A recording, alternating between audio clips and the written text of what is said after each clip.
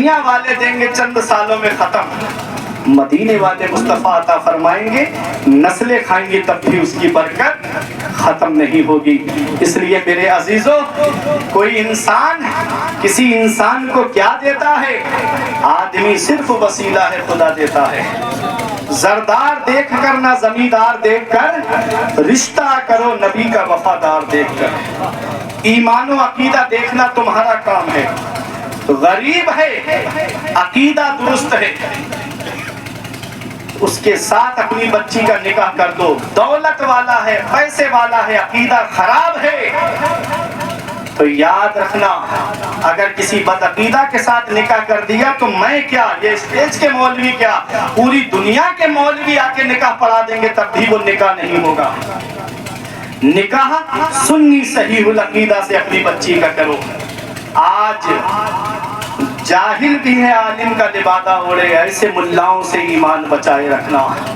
آج سنیوں کے بھیس میں بدعقیدہ بھی پھر رہے ہیں، اور جب نکاح ہو جاتا ہے بچی کا تب ان کا اصلی چہرہ سامنے آتا ہے۔ اس لیے ایک پیغام ہے کہ زردار دیکھ کر نہ زمیندار دیکھ کر، رشتہ کرو نبی کا وفادار دیکھ کر۔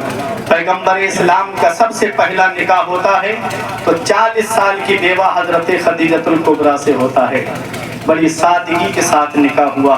پروردگار عالم ہم سب کو پیغمبر اسلام کی سنتوں پہ عمل کی توفیق عطا فرمائے، نیک عمل کرنے کی توفیق عطا فرمائے، برائیوں سے بچنے کی توفیق عطا فرمائے۔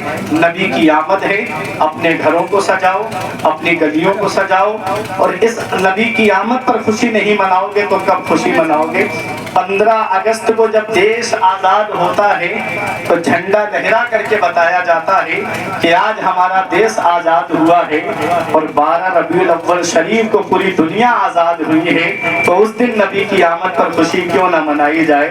نیتا پیدا ہو تو اس کا برتھ ڈے منایا جاتا ہے، نیتا پیدا ہو تو ہر سال اس کے لیے کیک کاٹ کے خوشی منائی جاتی ہے، اور پیغمبر اسلام اس دنیا میں تشریف لائے ہیں تو 12 ربیع الاول کو ہم خوشی نہ منائیں؟ ایسا کیسے ہو سکتا ہے؟ پیسہ ہمارا، دولت ہماری، روپیہ ہمارا، محنت ہماری، گلیاں ہم سجائیں، مسجدیں ہم سجائیں، گلی کوچے ہم سجائیں، لائٹ ہم سجائیں، اور تکلیف وہابی کو ہوتی ہے۔ ہم تو یہی کہیں گے کہ اس کی تکلیف اور بڑھتی چلی جائے۔ نثار تیری چہل پہل پر ہزاروں عید ربیع الاول، سوائے ابلیس کے جہاں میں سبھی تو خوشیاں منا رہے ہیں۔ السلام علیکم۔